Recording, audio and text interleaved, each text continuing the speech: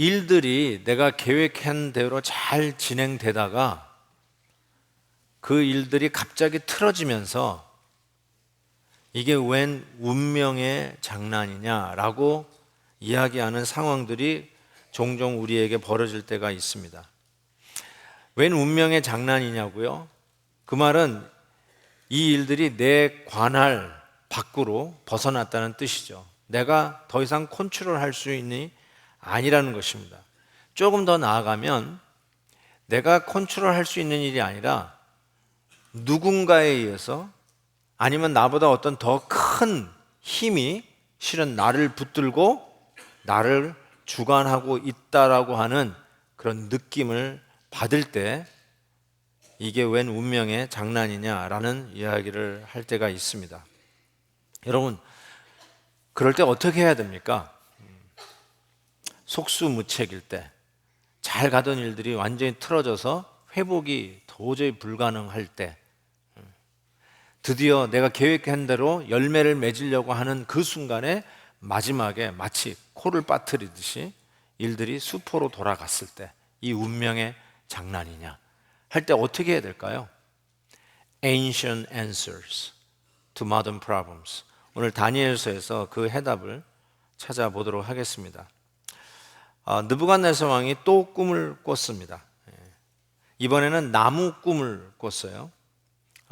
자세히 좀 읽어보시면 좋을 것 같은데 시간상 우리가 다 읽지 못해서 좀 죄송합니다. 그런데 이 느부갓네살 왕이 지난번에는 꿈 얘기를 하지 않고 꿈을 맞추라고 했잖아요. 근데 이번에는 꿈 얘기를 합니다. 꿈 얘기를 하고 그 꿈에 대한 해석을 바벨론 술사들에게 시킵니다. 근데 이 바벨론 술사들이 못 맞춰요. 해석을 못 해내요.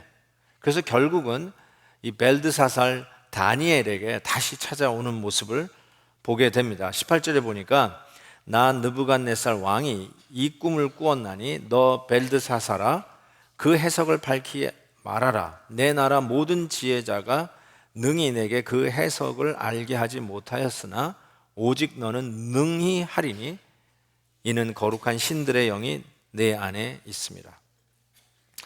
느부갓네살 왕도 분명히 알았던 것은 이 나무가 자기 자신을 가르치는 것을 짐작했습니다. 그래서 초조했습니다. 그래서 다시 그 해석을 분명히 알기 위해서 다니엘을 찾고 있는 모습이 나옵니다.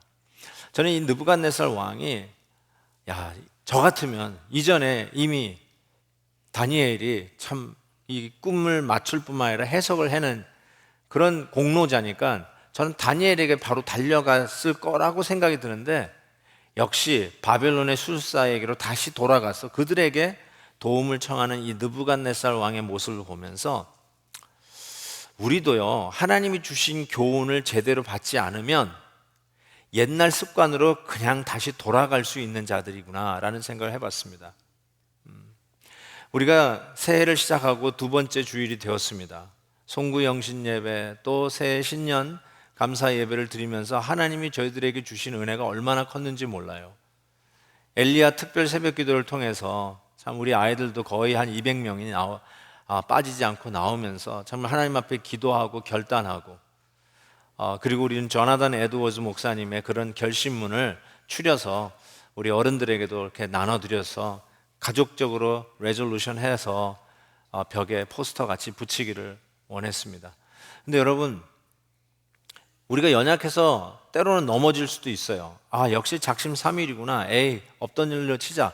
그러실 수도 있을 거예요. 그럼에도 불구하고 여러분 느부갓네살 왕처럼 옛날 습관대로 돌아가지 마십시오.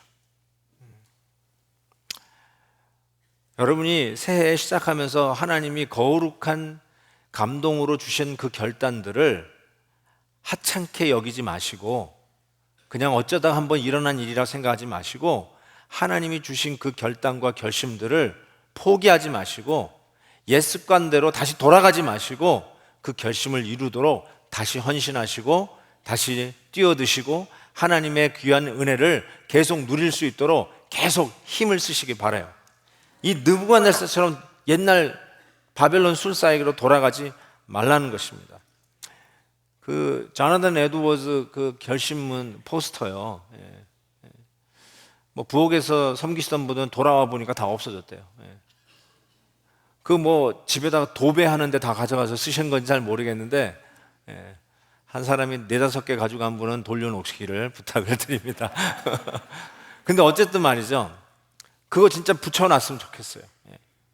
리빙룸에 붙여놓으신지 서재에 붙여놓으신지 아니면 화장실에 갖다 붙여놓으시든지, 정말 계속 보면서 계속 상기시키시고, 맞아, 이게 우리의 결심이었지, 우리 가정의 결심이었지, press on 하면서 계속해서 하나님이 우리에게 주신 이 거룩한 결단들을 이루어갈 수 있도록 힘을 내시기를 바랍니다. 돌아가지 마세요. 옛 습관대로 다시 가지 마세요. 결단하시고 가신 대로 우리 주님이 올 한 해 끝까지 동행해 주시기를 주님의 이름으로 축복합니다. 그런데 여기 느부갓네살이요, 이 꿈을 통해서, 그리고 그 꿈대로 자기에게 일어나는 일들을 그가 몸소 확인을 합니다.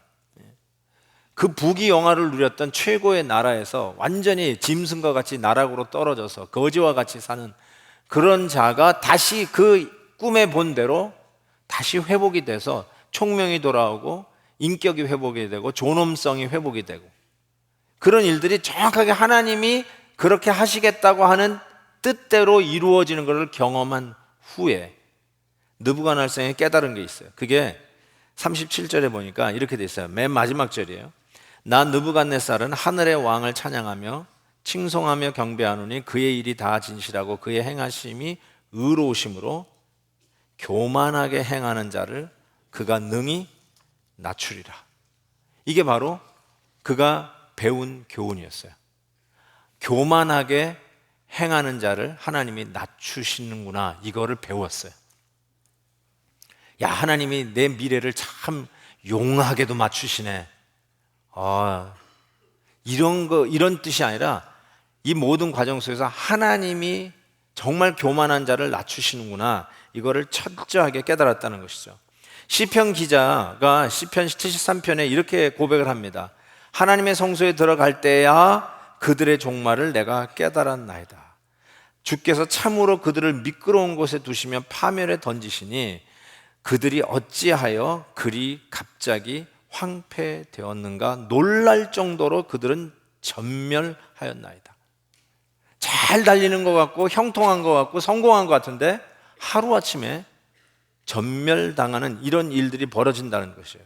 그래서 이렇게 얘기하죠. 주여, 사람이 깬 후에는 꿈을 무시한 것 같이 주께서 깨신 후에는 그들의 형상을 멸시하시리니 내 마음이 산란하여 내 양심이 찔렸나이다. 내가 이같이 우매무지함을 주 앞에서 짐승이오나 하면서 자기 자신이 얼마나 연약한 존재인가를 깨닫는 것이죠.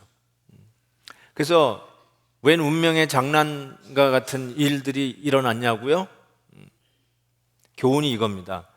우리의 인생과 역사, 이 세상을 하나님이 여전히 주관하고 계시다는 그 교훈을 우리에게 가르쳐 줍니다. 하나님이 여전히 우리의 하나님이시고 여전히 하나님이 컨트롤하고 있다는 것이에요. 여러분 생각에는 아웃 오브 컨트롤이에요. 여러분 생각에는 자아된 일에 코가 빠진 것 같아요. 여러분 생각에는 여러분의 차트대로 그려가다가 완전히 옆으로 빗나가 버렸어요. 그럼에도 불구하고 오늘 말씀 뭘 얘기하냐면 하나님이 지금 컨트롤하고 계시는 절대 주권의 하나님이신 것을 말씀하고 있다는 것입니다. 나라를 잃어버렸어요. 포로민으로 바벨론에 와 있는 다니엘과 세 친구들을 생각해 볼 때 진짜 everything is out of control, 하나도 자기 뜻대로 되는 게 없어요. 이게 웬 운명의 장난입니까? 졸지에 나라를 빼앗기고 이방인으로 살아가고 있는 이 친구들에게 도대체 what's going on 하는 그 순간에 바벨론 제국의 최고의 권력자 느부갓네살 왕을 가장 측근에서 지켜볼 수 있었던 다니엘이 내리는 결론이 뭘까요? 야, 아무것도 되는 것이 없고 나는 완전히 잊혀지고 하나님도 어디 가 계시는지 라고 생각할 수 있는 그 순간에 하나님께서 이 느부갓네살을 통해서 주시는 교훈이 뭐냐면 Still everything is under my control, 이 모든 것이 나의 컨트롤하에 있다는 것을 가르쳐 주시는 것이죠. 이 포로민들에게는 얼마나 이것이 위로가 됐겠어요. 다 모든 것이 무질서하고 하나님이 없는 것 같지만 하나님이 여전히 가르쳐 주신다는, 여전히 하나님이 주권이라는 것. 이 메시지가 요즘 예수 믿는 일 때문에 핍박을 받는 성도들에게는 어떤 교훈이 갈까 생각이 들어요. 이것이 우리들에게는 얼마나 큰 교훈으로 와닿는지 모르지만 실질적으로 예수 믿는 것 때문에 핍박받는 성도들에게 오늘 이 다니엘서가 읽혀진다면 얼마나 고무가 될까, 얼마나 위로가 될까. 오픈도어 선교회에서요, 이게 매년마다 이 기독교 박해 받는 그 데이터를 정리해가지고 이렇게 발표를 하는데요, 2016년 제가 본 가장 최근 그 데이터를 보니까 이 2016년, 그러니까 뭐 문자적으로는 한 1년 전이죠. 2016년에 예수 믿는 일 때문에 핍박을 받은 기독교 성도들의 수가 몇 명이나 되는지 아십니까? 1억 3천 명이 됩니다. 솔직히 이게 전혀 우리는 실감이 안 나요. 왜냐하면 남가주 얼바인에서 신앙생활하는 우리의 입장에서 생각해 볼 때, 아니 무슨 신앙생활 하는데 핍박을 받는 숫자가 뭐 저기 뭐 북한에나 있을래나 수단에나 있을래나 몇 명 있나 이런 생각 정도로 하는데 1억 3천 명. 점점점 그 핍박의 강도가 더 강해지고 있다라고 생각합니다. 계속해서 몇 년째 이 핍박 1위, 박해를 받는 1위의 자리를, 이 1위의 부동의 자리를 지키고 있는 나라가 있어요. 북한. 2등이 이라크, 그리고 아프리카에 있는 에리트리아라고 하는 나라가 3등입니다. 제가 이 에리트리아를 3번 가봤는데요, 그때만 해도 교회가 가서 예배 드릴 수 있는 교회가 있었는데 지금은 모든 크리스찬들이, 정말 모든 크리스찬들, 선교사는 한 사람도 없고 모든 크리스찬이 전부 다 감옥에 가 있습니다. 4등은 아프가니스탄, 5위는 난민, 최대의 난민을 낸 시리아. 이런 식으로 예수 믿는다는 이유로 핍박을 받는 성도들이에요. 아니 세상에 이런 일이 어디 있어요? 하나님이 절대 주권의 하나님이시고 능력의 하나님이신데 그 하나님을 믿는 이유 때문에 핍박을 당하는 이 성도들에게 What's going on? 뭐야 이게? 할 수 있는 상황 속에서 오늘 이 말씀이, 이 다니엘서 말씀이 그들을 향해서 던지는 메시지가 뭐냐면, 여전히 내가 컨트롤하고 있다. 여전히 하나님이 이 모든 인상 만사, 이 세계의 역사를 하나님이 주권적으로 다스리고 있음을 선포하고 있는 메시지. 거기서 힘을 얻는 거죠. 지금은 하나님이 안 보이는 것 같고, 지금은 모든 것이 내 뜻대로 되지 아니하고 엉망인 것 같지만 여전히 하나님이 다스리고 계시다는 걸 분명하게 가르쳐 주신 말씀이죠. 그렇다면 여러분, 저희들은 어떻습니까? 저희들하고는 상관없는 메시지일까요? 우리는 역대 없는 자유와 권리를 누리면서 하루하루를 살아가고 있습니다. 파킹이 좀 불편해서 그렇지 우리는 여전히 정말 자유롭게 하나님 앞에 나와 예배드리는 이 놀라운 은혜를 누리고 있습니다. 우리가 실감이 나지 않아서 그렇지 아무리 생각해도 핍박받는 성도들의 입장에서 우리들을 만약에 들여다볼 수 있다면 얼마나 부러워할까 싶습니다. 그럼에도 불구하고 우리들에게도 남들이 얘기하는 그 운명의 장난과 같은 적들이 우리를 엄습하고 우리를 불안하게 하는 경우가 얼마나 많이 있습니까? 모든 것이 잘 나가고 있는데 사고가 나고 질병으로 인해서 생긴 몸의 장애, 심리적인 공황장애, 조절이 안 되는 정신적인 불안함, 몸이 아파서 종합검사를 받았는데 다시 보자고 하고 다시 조사하자고 해서 결국 판명된 4기 암, terminal disease. 그것뿐입니까? 노력해도 도저히 극복이 되지 않는 배우자와의 성격 차이.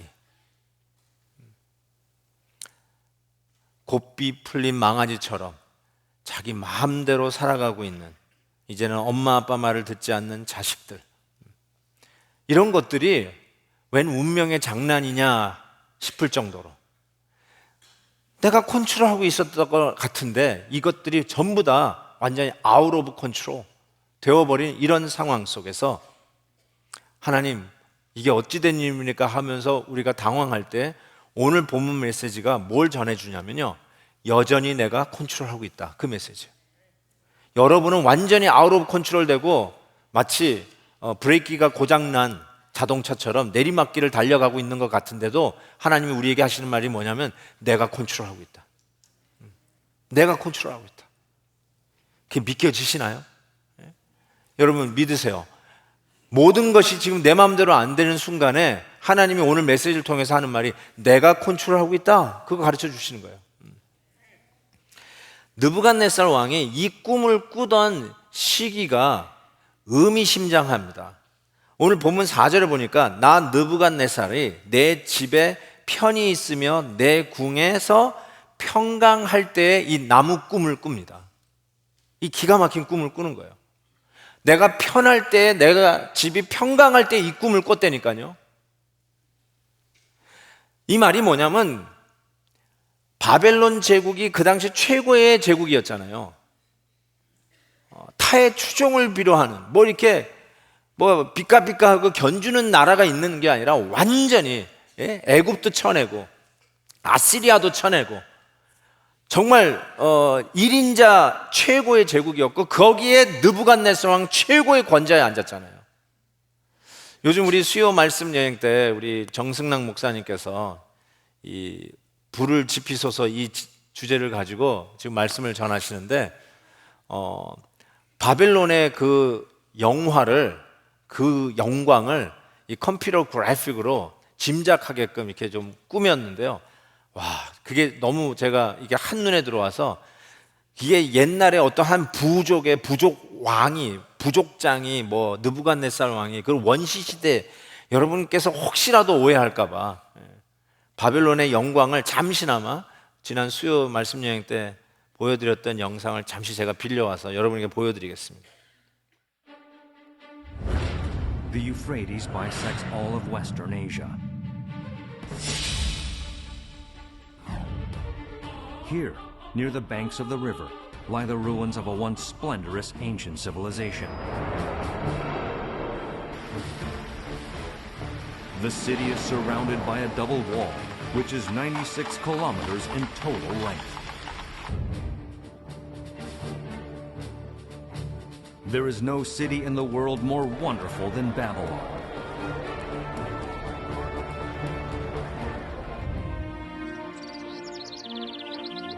The Hanging Garden, one of the 7 wonders of the ancient world.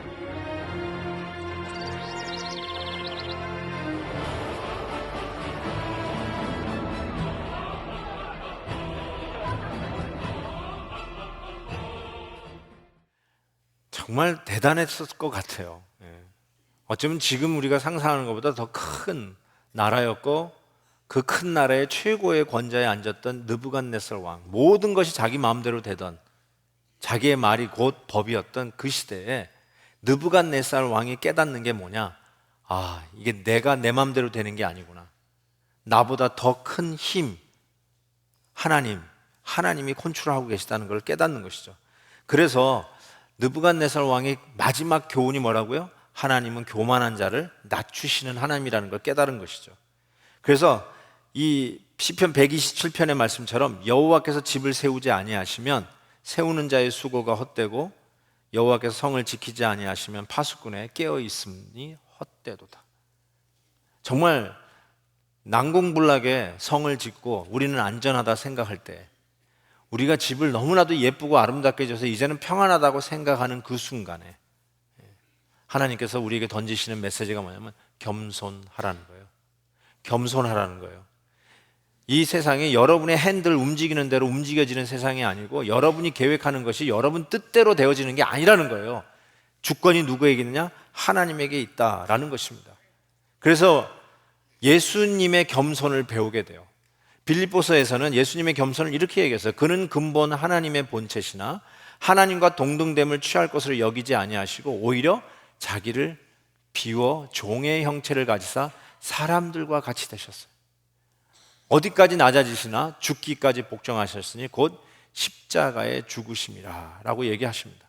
하나님과 본체이신 그 하나님께서, 주님께서 자기를 낮추고 겸손의 자리까지 있은 그 주님의 모습을 배우라는 것이죠. 뭘 얼마나 가졌다고, 뭐 얼마나 잘 나간다고, 얼마나 똑똑하게, 뭘 얼마나 부귀 영화를 든든히 쌓아놓길래 마치 자기가 이뤄놓은 것처럼 의시되고 있는 교만한 자를 향해서 하나님이 주시는 교훈, 느부갓네살 왕이 깨달았던 교훈, 하나님은 교만한 자를 낮추신다는 거예요. 그래서 고린도전서 1장에 바울이 이런 얘기했어요. 아무 육체도 하나님 앞에서 자랑하지 못하게 하려 하심이라. 기록된 바 자랑하는 자는 주 안에서 자랑하라. 바울은 나는 십자가 외에는 자랑할 게 없다고 그랬어요. 인간이 이루어놓은 것이 마치 자기가 한 것처럼 자랑할 게 없다는 것이죠. 하나님이 컨트롤하고 있는 세상이라는 거죠. 하나님의 은혜로 이 자리에 있다는 것입니다. 여러분이 차곡차곡 쌓아가지고 여러분의 실력과 능력으로 이 자리에 있는 게 아니라는 말씀이에요. 그래서 잘 나갈 때, 형통할 때, 건강할 때, 아무 문제가 없는 것 같을 때 기억하라는 거예요. 겸손하라. 요즘은 자기 PR 시대죠. PR 시대가 뭐냐니까 뭐 피할 건 피하고 알릴 건 알리라고 하는 거라는데, 자기를 드러내는 것이 덕인 시대에 우리가 살고 있어요. 내가 얼마나 능력이고 얼마나 잘 나가고 있는 사람인지를 알리는 것이 소위 이 시대에는 그게 덕이고 그게 맞는 거라고 이야기를 하는데, 그래서 우리가 자신감을 북돋아주고 자존감을 키워주는 그런 캠페인성 슬로건이 굉장히 효과를 거두는 시대에 살고 있어요. 그것이 좋은 것임에도 불구하고 또 한편의 부작용이라고 이야기할 수 있다면, 죄책감이라든지 부끄러움이라든지 좌절과 실패의 경험이라든지 이런 것들은 근본적으로 악하다라고 치부하는 경향이 있다는 사실입니다. 근데 여러분, 느부갓네살 왕은 하나님이 말씀한 대로 최고의 자리에서 최하의 자리로 떨어졌어요. 짐승과 같이 되었고요, 이부자리 하나 없어가지고 하늘에 이슬을 맞고 잠을 자는 아주 비참한 자리. 그래서 머리는 독수리 같고 뭐 손톱은 새 발톱과 같은 완전히 씻지도 못하는 거지의 모습으로, 완전히 인간이 아닌 미치광이의 모습으로 떨어져 있는 모습을 보게 됩니다. 그런데 느부갓네살 왕의 입장에서는 그 높은 자리에서 떨어진 아주 부끄러운 경험을 하게 되는데, 그 부끄러운 경험은 실은 오늘 말씀에 자세히 보니까 결국 그를 하나님 앞에 다시 세우는 데 절대적인 역할을 합니다.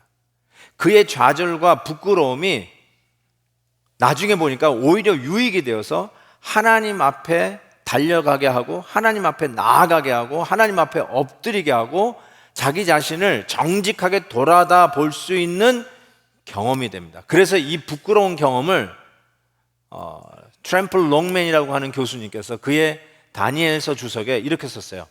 Redemptive shame. 즉 구원해 내는 부끄러움. 부끄러운 경험이지만 It's redemptive shame. 그냥 악애로 끝나고 좌절로 끝나고 실패로 끝나는 부끄러움이 아니라, 그 부끄러움 때문에 하나님 앞에 나아가게 되고, 그 부끄러움 때문에 자기를 돌아다보면서 내가 움직이는 삶이 아니라 하나님이 움직이는 삶이구나 깨닫고 하나님 앞에 엎드릴 수 있다면, 그 부끄러움은, 그 쉐임은 실패의 쉐임이 아니라 redemptive shame, 나를 살려내는 부끄러움이었다는 것입니다. 그래서 이 부끄럽다는 말, 여러분도 아마 부끄러운 경험들을 하지 않았을까요? 저는 이 부끄러움에 두 가지 부끄러움이 있어요. 하나는 여러분이 몰래 하던 일이 들켰어요. 예를 들면 거짓말이에요. 여러분이 거짓말을 했어요. 들켰어요. 그럼 어떻게 되죠? 엄청 창피하고 부끄러울 겁니다. 그렇죠?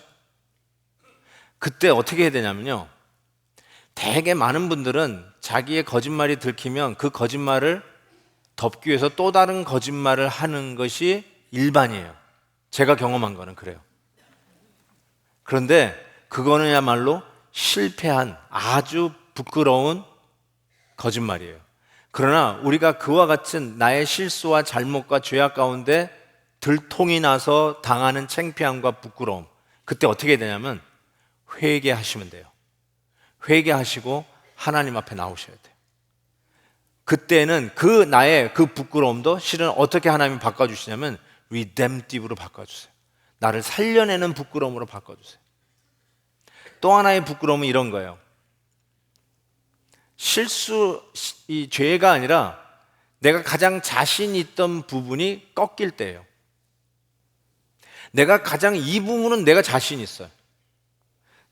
예를 들면 뭐 빈틈없이 일들을 처리하는 아주 꼼꼼한 성격이에요. 그거에 대해서는 자신이 있어요. 그런데 빈틈이 생겨버렸어요. 여기저기 허점들이 발견된 거예요. 자기가 기대하지도 않았어요. 그래서 부끄러워지는 거예요. 인간관계에 자신이 있었어요. 적이 없어요. 항상 저런 사람 너무너무 괜찮아, 이런 인정을 받았어요. 그런데 어느 날 적들이 생기고 내가 너를 보느니 지옥에 가겠다, 뭐 이런 사람들이 생기고, 네가 가는 교회 난 죽어도 안 간다, 이런 사람들이 내 주위에 생기는 거예요. 인간관계에 자신 있던 사람들이 인간관계에 꺾이기 시작하는 거예요. 그래서 부끄러워지는 거예요. 어쩔 줄 몰라 하는 거예요. 그런데 그런 꺾이는 부끄러움 속에서 하나님 앞에 그 경험 때문에 달려가게 되고 하나님 앞에 엎드리게 된다면 그 부끄러운 경험은, 그 창피한 경험은 우리를 다시 살려내는 redemptive 부끄러움으로 하나님이 바꿔주신다는 겁니다. 그래서 시편 30편에 보면 이런 말씀이 있어요.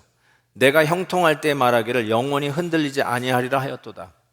우리들이 하는 말이에요. 야, 진짜 나는 이제 성공한 것 같아. 근데 여호와여 주의 은혜로 나를 산같이 굳게 세우셨더니 주의 얼굴을 가리시면 내가 근심하였나이다. 일 터진 거예요. 아브로 컨트롤.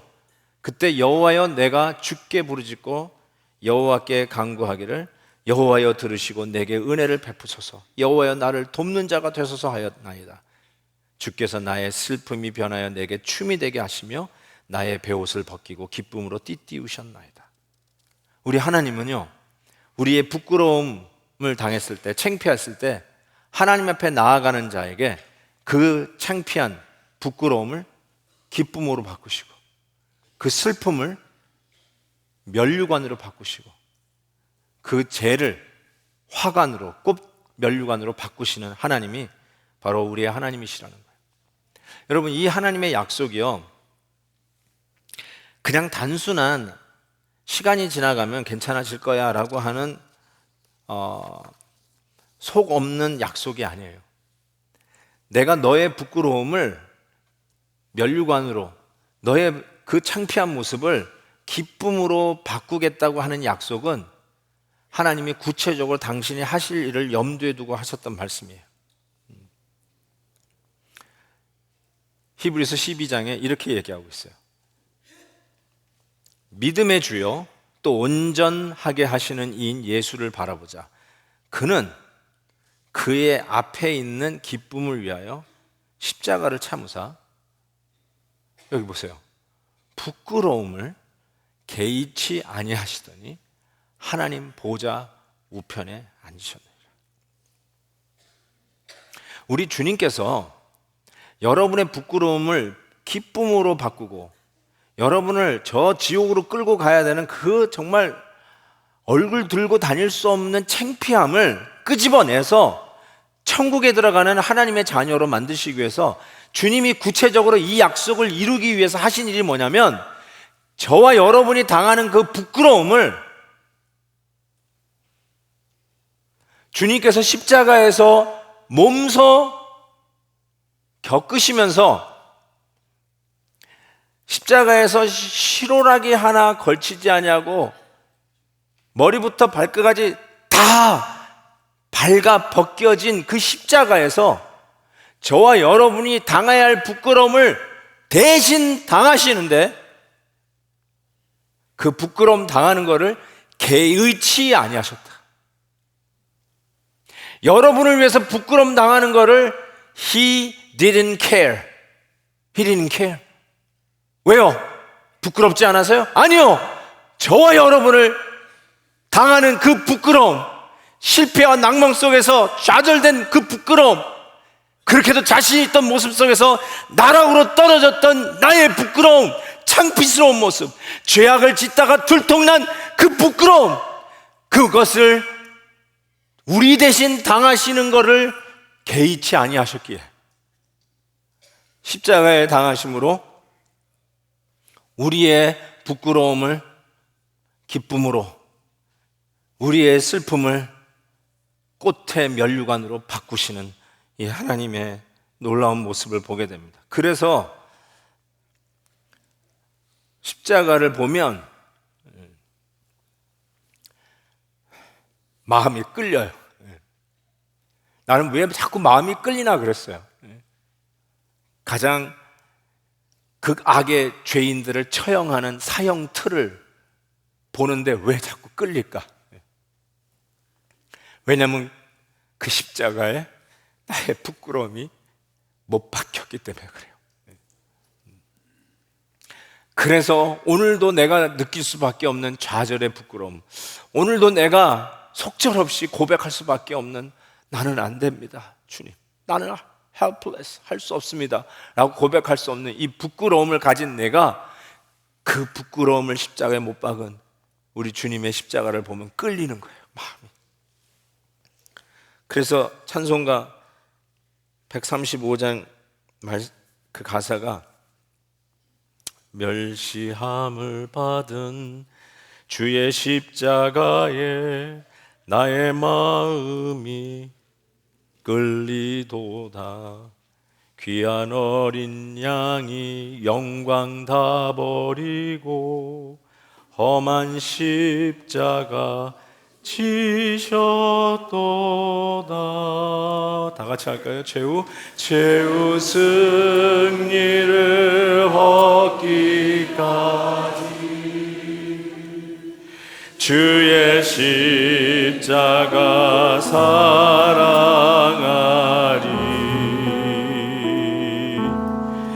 빛난 멸류관 받기까지 험한 십자가 붙들겠네.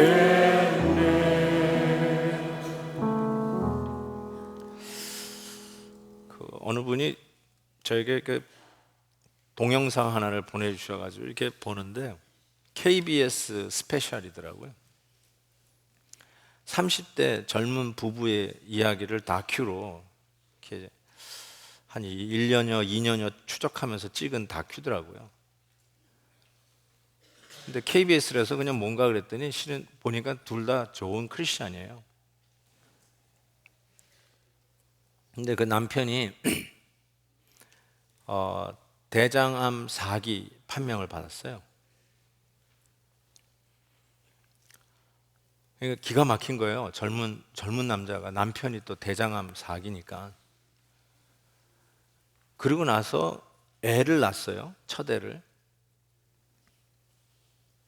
그러면서 애 낳고 그 다음에 그 키모 이 과정을 하는데 8번인가 키모를 하면서 했는데, 이제 마지막 조사했더니 어쨌든 스캔을 해봤더니 아무 암의 흔적은 다 없이 사라졌어요.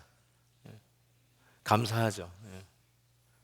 근데 그 다음날 발견한 거는 그 아내가 또 림프암 4기로 또 판명이 돼요.